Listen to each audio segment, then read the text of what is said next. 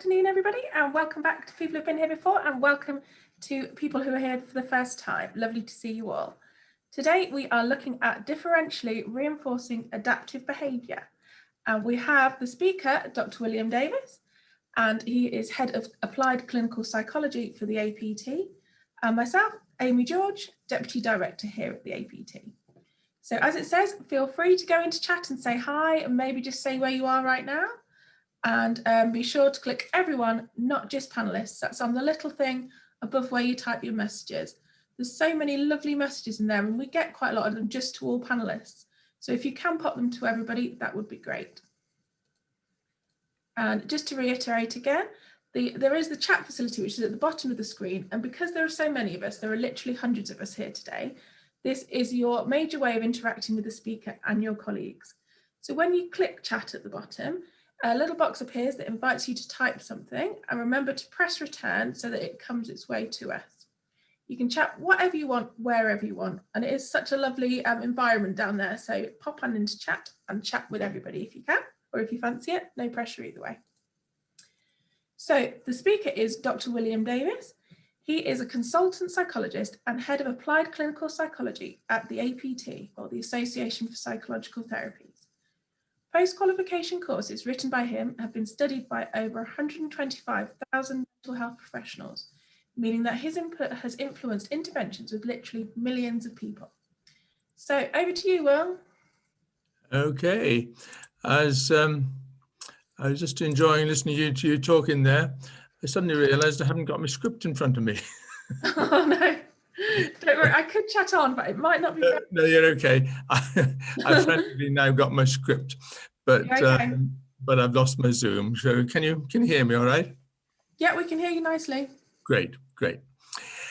Right, well, thanks for coming, everybody. And it's fantastic to see, I think it's something like 600 registrations for this session, which you wouldn't think would be like a red hot session, but it is really important, I think.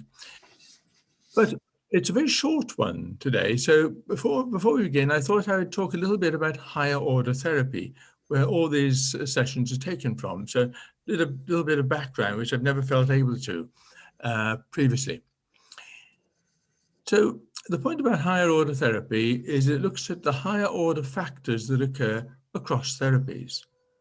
First of all, of course, looking at things like assessment, case formulation, engaging with the patient, structuring a therapy session, and evidencing what you're doing, practice-based evidence, evaluating what you do, really important.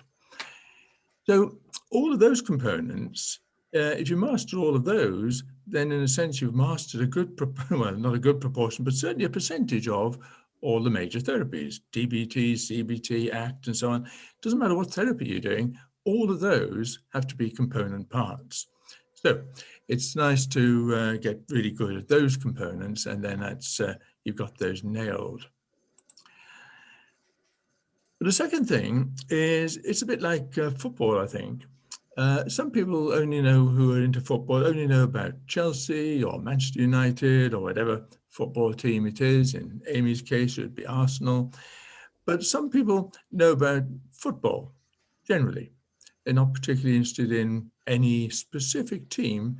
They know about football generally. They're like football experts.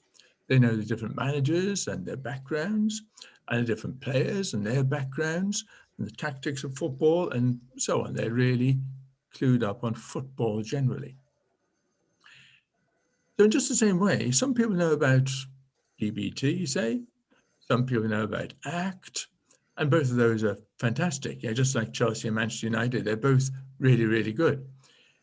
But the idea of higher order therapy, it looks at getting us up to speed about therapy in general, parallel to football in general. So the aim of higher order therapy is to master all the main effective elements of psychological therapy and build them into an integrated approach. So we don't have like an allegiance bias to one particular therapy. A bit like creating the England team or the Brazil team or the Canadian team or whatever it would be. So that's the idea. So let's just have a look a little bit closer at this. So like we said, some things we have to get covered, like assessment, case formulation, how to run a therapy session, how to structure a therapy session, how to agree homework, how to evaluate what we do. And these are common to whatever approaches we adopt. So we're going to learn those, obviously. But there are great interventions like DBT. And there are some things that are kind of specific to DBT or almost specific to DBT. In DBT's case, it's teaching people important life skills, such as mindfulness and distress tolerance, and so on, and ensuring they can use them in everyday life. Really important. Differentially reinforcing adaptive behavior. Marshall Linehan is very strong on differentially reinforcing adaptive behavior, which of course is today's topic. Validation, the use of metaphors, which also crop up in solution-focused therapy. Becoming adept at problem solving, which is also in CBT, for example.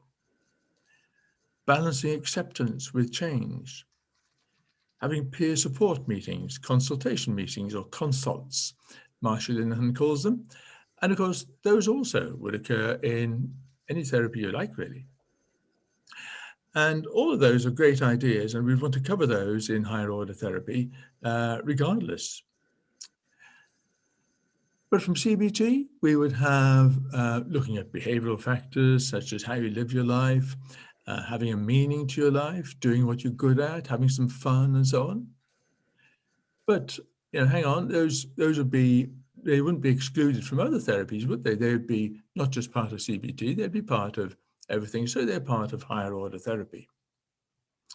From CBT, we look at people's thinking styles and problem solving. But of course, problem solving crops up lots of places. In modern CBT, we teach people about biological factors like sleep in particular, and exercise and diet and so on. But of course, those are in DBT as well. And we'd look at the environment, the auditory environment, the visual environment, and in particular, the social environment. And also we look at differentially reinforcing adaptive behavior, as we're doing today, and peer support meetings, consultation meetings. So we're already getting an overlap in this case just between CBT and DBT, which is a good thing because it sort of highlights the thing we need to be talking about. But let's just do one more. Let's look at motivational interviewing, say. And if we're looking at that, we might highlight that what we do is we help people to review their lives and look what choices they want to make for themselves. We look at the pros and cons of different life options. We are able to ask questions that help the person to think about their situation and their options. But of course, that's remarkably similar to guided discovery and Socratic dialogue in CBT. We would encourage change talk and be less encouraging for talking about staying the same.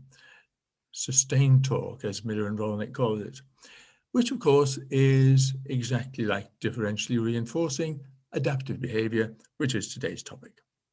And of course, we might well have peer support meetings. So the huge overlaps.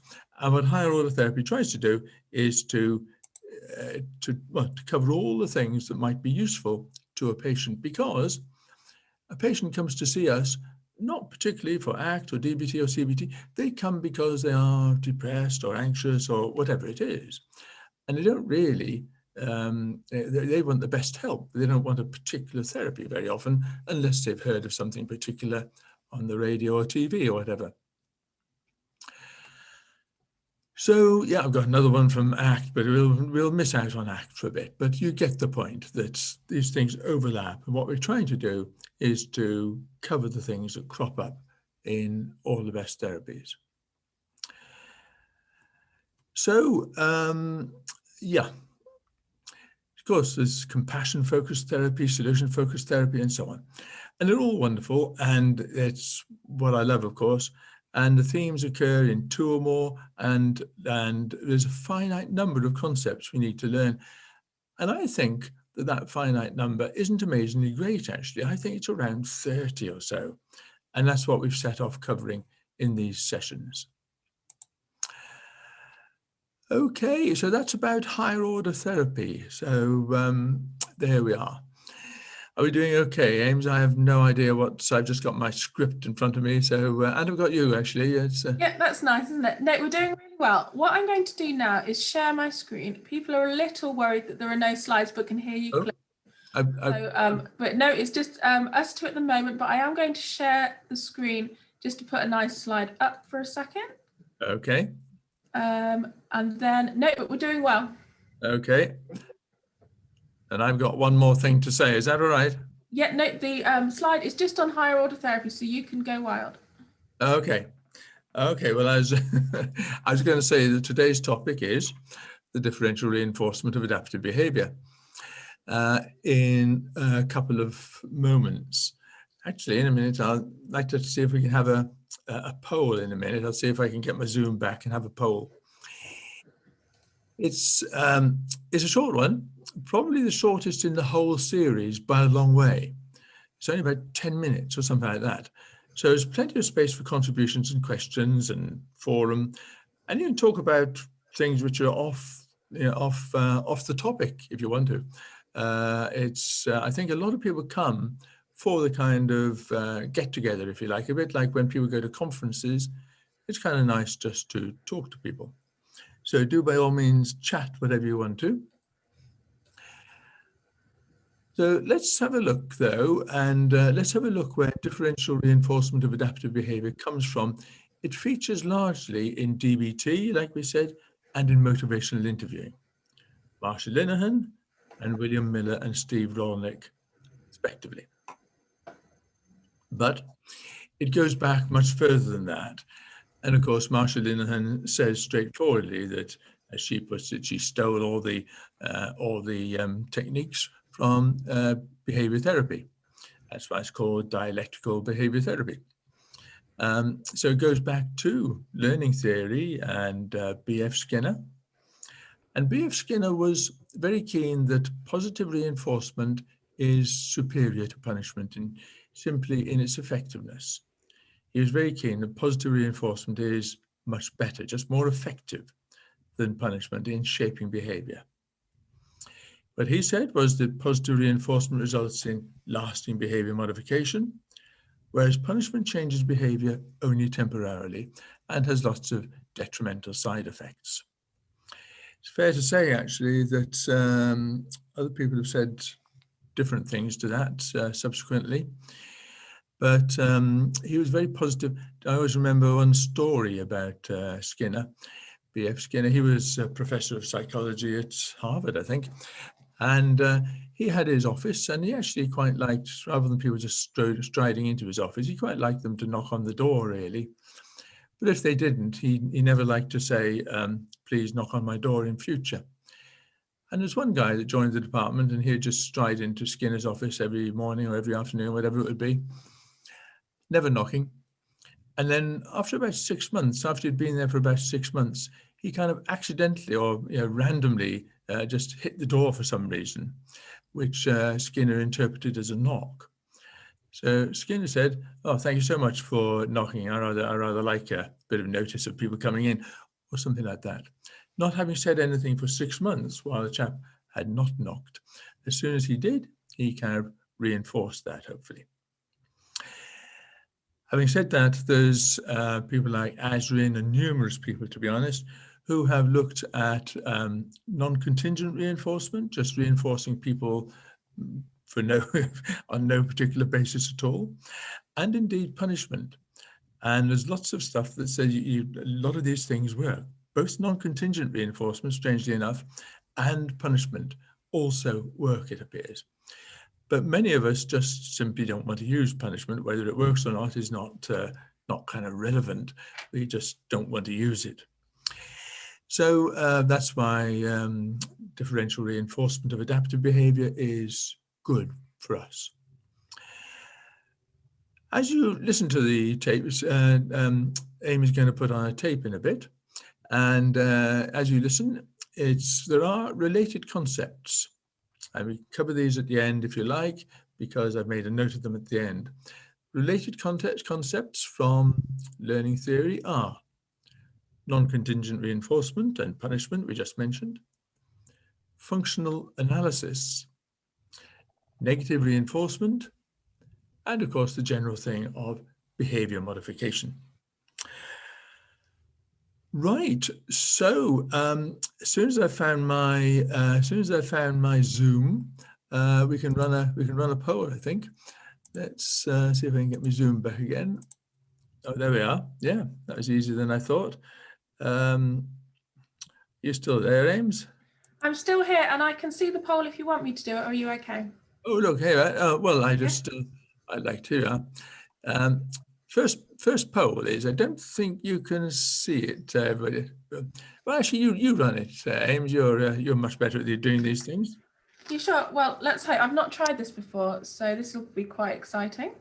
So the poll is, how would you rate your knowledge of differential reinforcement of adaptive, alternative, and other behaviour? So let me launch polling, and you should have several options.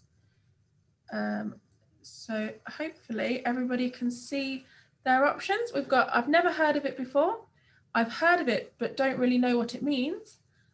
I know what it means, but I don't deliberately use it, or I know what it means and I use it well all of the time. So the results coming in, currently we've just passed 100 votes. It's neck and neck, isn't it? It's good, isn't it? Yeah. I love it. And then I'll share the results as soon as I can.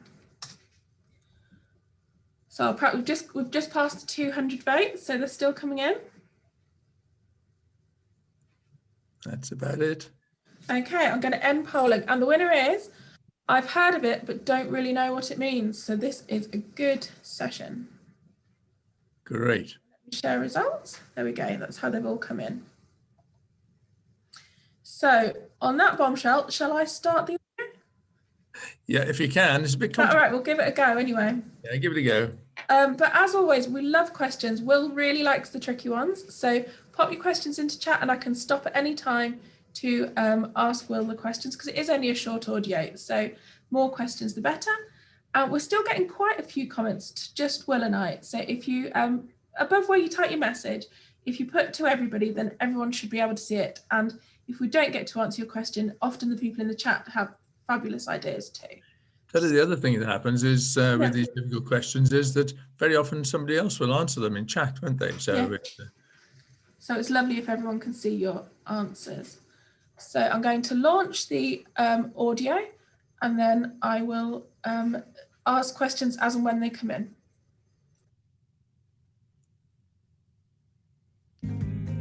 Hello and welcome to the APT's module about differentially reinforcing adaptive behaviour. Regular listeners will know that I usually like to start with a metaphor, and you will be relieved to know this time is no different. What we do is we water the flowers, not the weeds. Water the flowers, not the weeds. And it's a perfect metaphor because, strictly speaking, we are actually talking about differentially reinforcing adaptive behaviour over maladaptive behaviour. But that doesn't mean that we are actually bad to the patient when they talk about harming themselves or being depressed or having felt suicidal or having been very anxious. It's just that somehow or other, we tend to be a bit more rewarding when they're talking about good patches. We water the flowers, not the weeds. It is a really effective concept and one that crops up in lots of places, in DBT, in motivational interviewing, and in my own RAID course. We've got a question come straight in. So well done, Natalie. The question is, what about when the alternative behaviour does not produce quite the same amount of reinforcement or does not produce it as quickly in the natural environment? Yeah, that's a real problem. And as I think, because Natalie, I think as she must have twigged, it really doesn't work so well then, because whatever gets the best reinforcement, that's the behaviour that persists best. So that's what that does is it makes our task very clear. What it means is we have to, when the person behaves in a way that's good for them and helpful for them and so on, we have to make sure that that actually does result in really a really good reward. Does work well for them, So let's take an example. Supposing somebody is into self-harm, and a lot of people self-harm because you just get so distressed, and they know nothing that works as well as self-harm. Just exactly what you're saying, that they're reinforced for self-harm by the distress disappearing, and there's nothing else they know that works as well as that. So what do you think? They persist with self-harm. It makes sense. It's a logical thing to do. And our task becomes very clear. Our task is to work with them to see if we can develop something that works even better than self-harm in sorting out their distress. And until we achieve that, until we do that, you're quite right, it'll persist in self-harming in that instance. And that's one example, but it applies right across the board, yeah. And but Catherine mentions that if you only reinforce happiness from the patient, they will not feel supported to mention their difficult feelings. Absolutely. And of course, what that does, it raises the question of what is adaptive behavior. It's not, and just talking, just pretending you're happy all the time, that probably isn't adaptive behavior. And as Catherine said, probably it's more likely to be talking properly about your feelings and being genuine and open and so on. That is probably a much more helpful behavior for the person, and for those around them come to that. But yeah, so it reinforces adaptive behavior rather than just happy talk. Yeah. Brilliant. Okay, I'll carry on. It's really effective, and it is very, very easy to get across. We could almost stop now and you would have the idea. However, we won't stop now because there are some dangers to avoid, and there are some terrific ways to utilize the concept fully. I think William Miller in Motivational Interviewing highlights one application of this idea when he says that change talk predicts change and sustained talk predicts no change. In other words, the more the patient talks about changing for the better, the more they're likely to change for the better. And the more they talk about sustaining their current problematic behavior, the more likely they are to sustain their current problematic behavior. So clearly, if we want to help the patient, then we want to reinforce their talking about changing in a good direction, in a direction that works better for them. So, supposing we have a patient with a drink problem, and they are talking about how they're not really sure whether they should change because things aren't too bad. They're more or less back to functioning okay by midday most days, and it is part of their social life and makes them feel good for the first half hour or so of drinking. And they also say about how they really want to change, and they want to be fully functioning every day, and they don't want to be spending so much money on getting themselves wasted, and they just don't like the idea of being alcohol dependent. But of course, the first thing we will do is really help them determine whether or not they want to reduce or give up their alcohol consumption. There is a decisional balance here. Each option has pros and cons, but let's assume they decide that they definitely want to give up drinking. If that is the case, then what we should do is to focus much more on what they say about changing. That is, how they want to be fully functioning every day, they don't want to be spending too much money on alcohol, and they don't want to be alcohol dependent. So we might say something like, "Tell me, I was interested in what you said about being fully functioning every day. What exactly did you mean by that?" To which, of course, the patient will elaborate that the advantages of being fully functioning every day are whatever they are.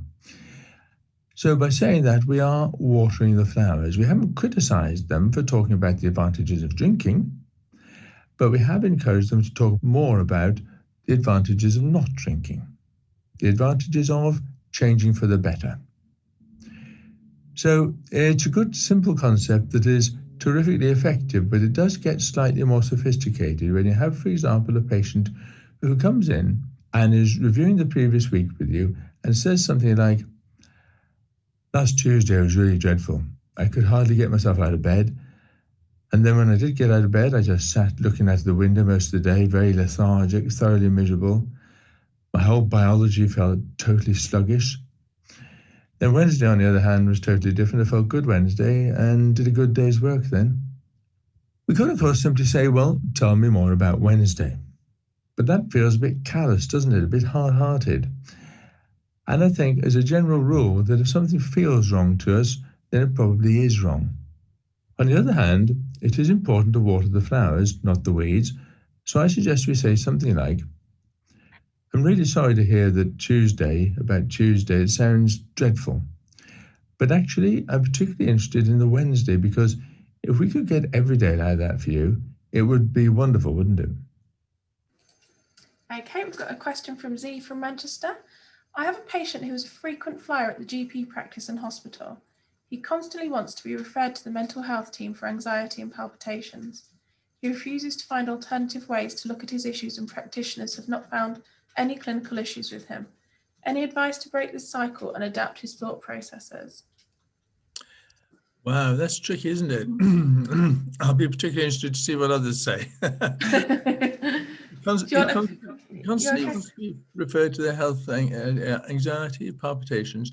He refuses to find alternative ways to look at his issues, and practitioners have not found any clinical issues with him. Isn't it funny?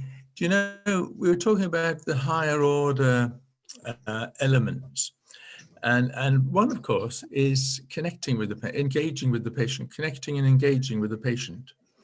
And there are some patients who are really, really difficult to connect and engage with. And this one, to be honest, sounds like one. And that sounds to me like the task. So if we could find, if we could do it, or if we could find anybody who could connect and engage with this person, that would be amazing, I think. And Susan suggested that it might be a fear of change.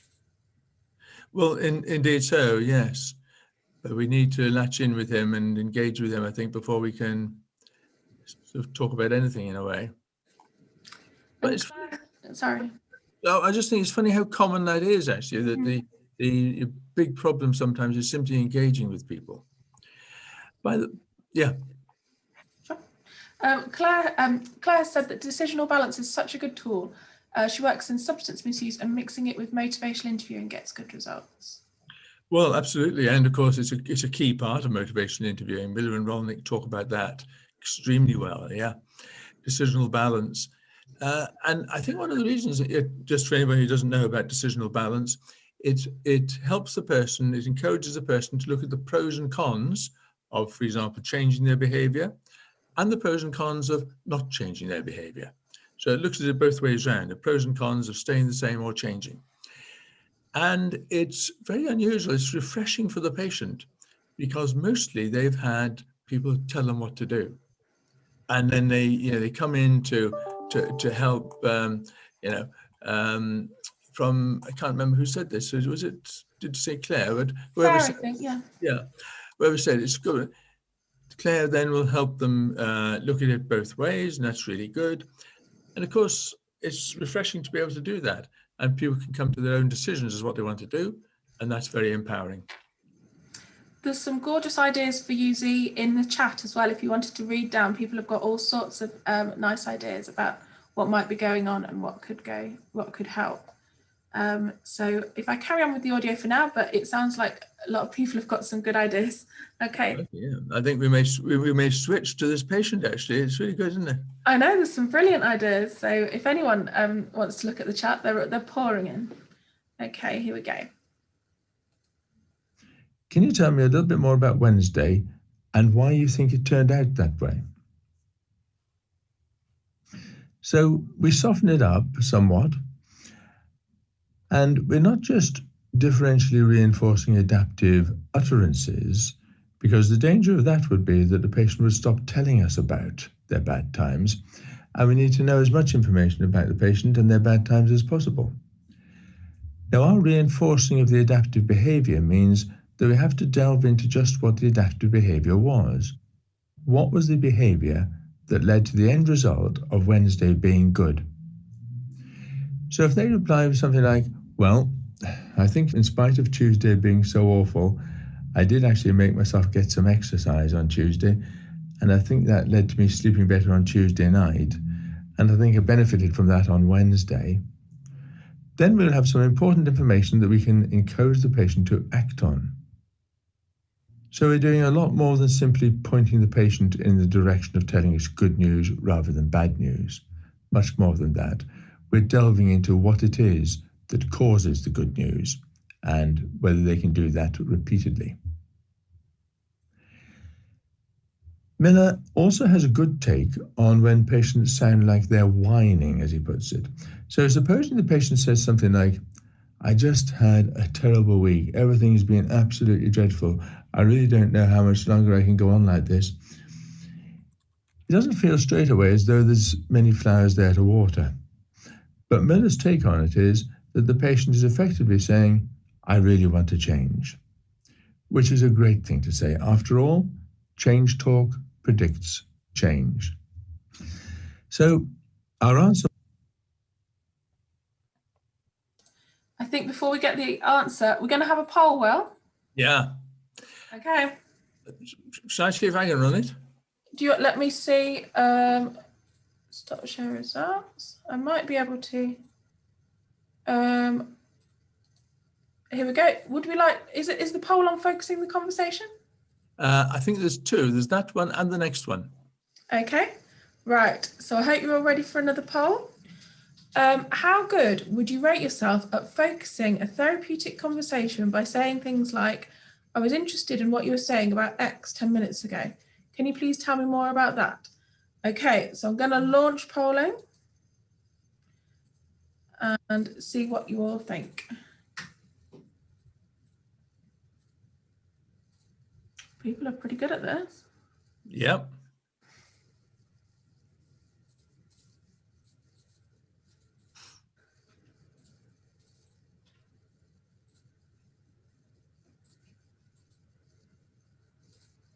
Okay. So the out and out winner is pretty good. Well, that's really good, actually, because it's such an important skill to have.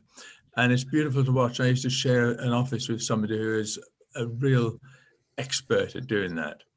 And he'd really make a good judgment about what was important to talk about too.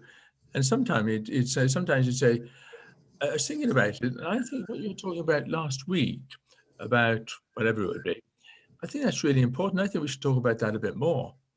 And that was, the way he guided the whole sequence of therapy was just amazing. So brilliant. Everyone's pretty good, or most people are pretty good, and great skill to have. And then the next poll is, stated distress may be asking for change. Ready for this poll as well, Will? Yeah. So, how good are you at spotting that some utterances like, I just can't carry on like this, suggest a wish to change? So how good are you at replying with questions like, what would you most like to change? Okay.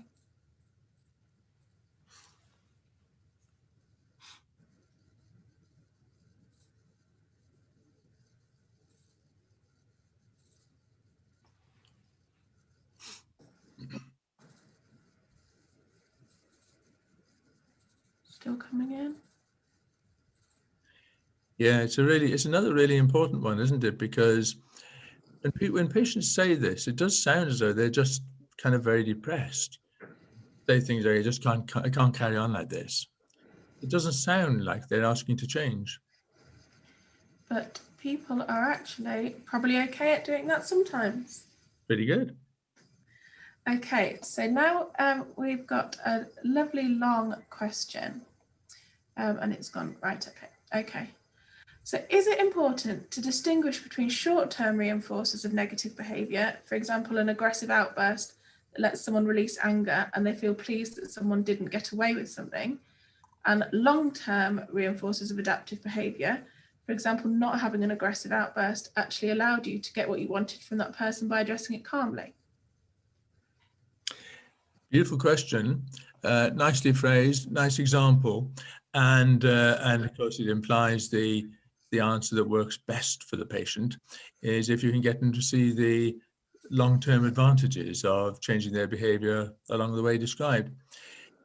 The trouble is, those short-term payoffs are just immense, and especially for younger people, because people's brains develop quite slowly up until the age of 30 or so, and that immediate impulse, that immediate kick people get from an outburst and so on, is difficult to argue against. But that's part of the joy of therapy. And because talking in therapy, they can see that the long-term payoff of controlling the outbursts is well worth it. And then the problem becomes, well, how can we bring that to mind at the crucial point in time? And we can work with the patient to contrive solutions to that. But it is difficult, just as the question implies, but that's it. I hope that helps, Hannah. And what if the patient attributes the good day to external factors, for example, friends or life circumstances, and cannot see their own behaviour is influential? Well, it's in CBT, we'd talk about guided discovery, wouldn't we? And Socratic dialogue. In other words, asking them questions which allow them to see it a different way. That's the key thing, isn't it? And good questions really do help people see things differently, and that's a key thing in therapy. I was just thinking what good questions these are. Yeah. So Georgia is interested in any tips on how to balance validation and allowing someone to have their negative experiences be heard and emphasized with, versus directing the conversation onto reinforcing the adaptive behavior. Yeah. Well, that is the stuff of dialectics, isn't it, as in dialectical behavior therapy. And Marshall Linehan's very good at talking about that. It's a very simple idea, really, but it is, and I'll say what it is. She says that with people rather like we're describing there, if you kind of encourage them to accept things, they say, well, do you not understand how much I suffer? You talk to me about accepting it, but it's just completely unsustainable. It's just, I just cannot bear it. Way too much suffering. And you talk to me about accepting it. So stuff like mindfulness works kind of badly in that sense. And then you talk to them then about changing in that case. Then let's talk about changing. If you can't accept it, let's talk about changing. And what do they say then? They say, well, you don't understand why I've become like this. You talk to me about changing, but if you've been through the life I've had, you'd end up like this too. It's just how it is. So she describes patients like that. Whichever way you go, they sort of criticize you, as it were. And there are patients like that. They're not necessarily patients. There's lots of people like that. But and what her answer is to have the dialectical balance. So you end up saying things like, it's entirely understandable that you live the life you do now, and that you have the symptoms you do now. On the other hand, it would be good if you could change. And that's, if you can tread that balance, yes, it's absolutely understandable, but it'd also be good if you could change. That's the way forward on that particular thing, yeah. Brilliant. I think I'll carry on with the audio, but there's some brilliant questions coming in, so I'll try and stop again soon and get back to some. I'm worried that I'm not going to finish the audio, so we'll be back, but carry on with the questions. They're brilliant. It might be something like this. Yes, it does sound dreadful, and I can see why you say you don't want to go on like this. So what sort of changes do you think you want to make or need to make? Which to me is a very adept judo-like move where you use the weight of the person's negativity to work in a positive direction for them. And in an equally weighty way, an equally weighty positive way. Often enough, though, it is not quite so dramatic as that. So the patient might be talking for 5, 10, 15 minutes, generally along the lines of things not being how they want them to be, whether being too anxious, too depressed, too prone to psychotic episodes, or whatever it is. And often enough, patients will talk like this without necessarily looking to you for a response. But I suggest that one excellent thing to do is at the end of that 10 or 15 minutes to say, almost as though starting a completely new chapter, something like, So, what changes do you think you would like to make to your life? The implication and fact is that you have been listening properly to what they've been saying and inferring that they need to make some significant changes. So it's a very good, relevant, useful, helpful question to ask. I think that it is very helpful because everything that has come before from the patient implies that they really need to make some changes. So they will be very inclined to think about what changes they might make. And then we are now talking about change. It is change talk, and that's associated with change. So we may then spend much of the rest of the session discussing those changes, making a plan for the next week to make a start on some of those changes, and so on. So, as a therapist, our job is partly to guide the conversation, much more than when we are simply having a social conversation with somebody. For example, sometimes when I've been sitting observing a new therapist, it's much more like a conversation in that they may respond to the very last thing that the patient said, rather than the thing most useful to focus on. For example, you may have a patient who talks for a long time about how bad things have been, but several minutes ago now mentioned that they had a good day. But the latest thing they said was how dreadful a time they had with their friend last evening. And then when they stopped talking, the new therapist might say, "Oh, so what was so dreadful about it?" Whereas, like we've said before, a good therapist should steer the conversation much more by saying, "But I'm really interested in what you said about having had a good day a while back. Can you tell me some more about that and how that came about?" So we've had a nice comment from Altair, who says he thinks it overlaps with solution-centered therapy, where we focus on the solution, not on problems, as much as possible. Clients having a creative visualization on what it is like to be well and better, and complementing the small changes that have occurred. So they have the ability to solve problems like they did before this particular event. Absolutely. Nothing to add. Perfectly said, yeah. It's nice, isn't it? Okay, so just go back to this one. Just spotted. I'm sorry, I don't know how you're managing to read all these questions. They're bombing in, aren't they? But I'm just picking up one or two random ones, and there's one particularly important one, I think, that I might be the one you're about to say from Catherine. So I have reservations about skipping over someone being hopeless, and so do I. You mustn't skip over hopelessness, absolutely not. And I think this is referring back to when somebody says, "Oh, I just can't stand it like this anymore," and we say, "Well, what would you like to change?" or something like that. And the great thing about that is I don't think it is skipping over it, to be honest. I think it is actually saying to the person, "Well, what changes would you like to make? Because I'm here to support you in making changes." And I think that does give the person hope. They're now talking about how things could be better, and you're making it clear that you're there alongside them to help them get there, because they often know their resources by themselves are not sufficient. They need somebody else to help. So yes, well spotted, Catherine. That's good clarification. We don't skip over hopelessness. No, we kind of address it head on, really. And do you need to check at some point that they're not thinking of suicide? Yeah. It's funny, you do a risk assessment in parallel with your clinical work all the time, and you make a judgment unasked, and sometimes you can simply ask the person, do you ever think of killing yourself? Which sounds a bit gross, a bit harsh, but whatever phraseology you're happy with, some people say, "Do you ever think of suicide?" and so on. Whatever phraseology you're happy with, the rule of thumb in the research is that 9 times as many people will tell you if you ask them than if you just leave it to them to volunteer. Okay, just carry on for a bit.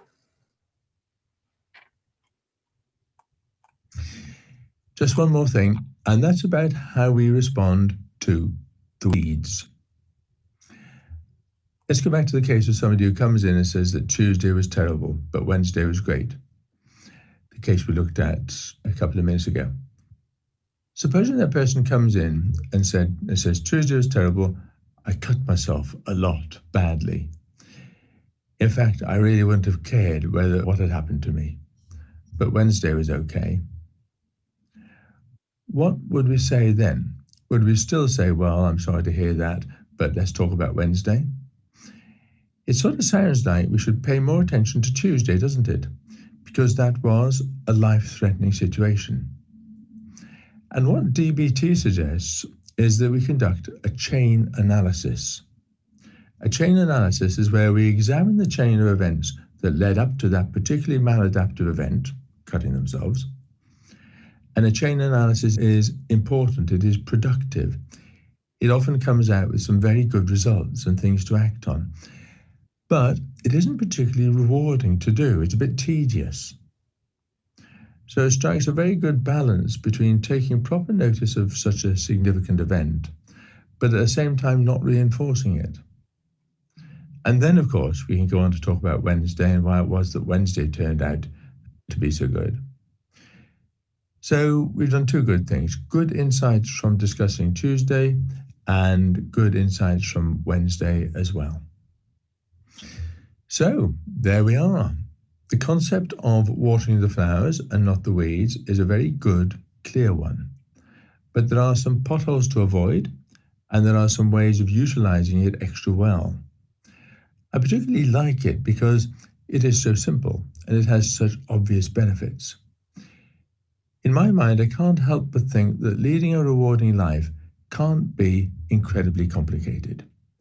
So being a great therapist shouldn't be incredibly complicated either. So a simple strategy with obvious benefit seems to me just what we should be looking for, and this is one of them. Okay, so that is the end of the audio. So we've got a question from Sandy. Working in rehab, by the time they come to me, they have had years of psychotic illness, sometimes decades about the problem. Oh, sorry, no, it skipped on. Decades. What approach could be taken to undo decades of negative experience? There have been a lot of weeds in their life.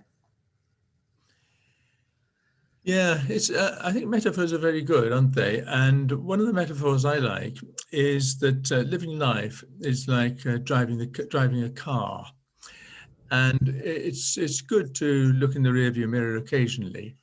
But if you spend too long looking in the rearview mirror, you get into trouble and you crash into something.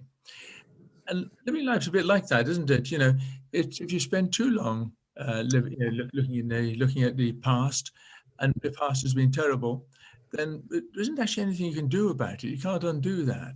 So the more time you spend looking at it, the worse it becomes, really. And it's known as dwelling and brooding. So although it sounds, and you have to put it in a much more roundabout way, I think, with a patient, but it's basically living in the present and the future. So, yeah. So Katie has asked if you could explain the chain analysis a bit more. So if Tuesday's weeds were like that example, how much little detail would you analyse on the lead up to the actual maladaptive action? Oh, as much as you like. It is another metaphor. It is literally a chain of events. And you can sometimes, well, it's a nice idea to actually draw out the chain, links of the chain, leading to the particular event. So you might say, yes, some particular incident has happened. So what was the chain of events? Well, I woke up feeling bad right at the beginning of the morning. So then I skipped my breakfast. Then I called with my partner. And then I was on my own in the house and I phoned up work and said I couldn't go in.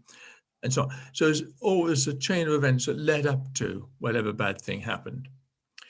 And at each point, you can sort of, as it was said, you can say, well, if the same thing happens again, would you be able to break that chain at any of these points? Well, waking up bad in the morning, no, you can't help that. That just sometimes happened.